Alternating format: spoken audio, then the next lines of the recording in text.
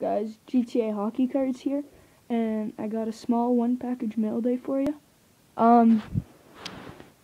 Just disregard what I said about the huge mail day. That'll be this week because I didn't receive the mail that I thought I would.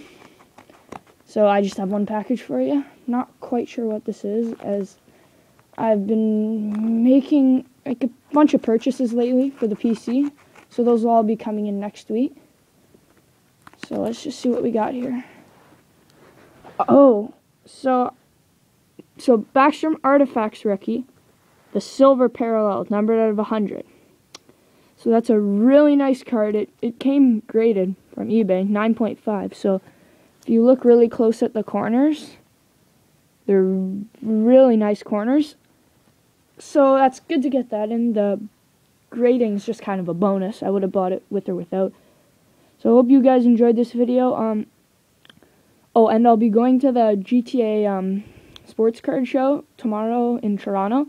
So comment below if any of you guys happen to be going, and I'll look for you guys there. And I'll be picking up some cards there, probably some packs.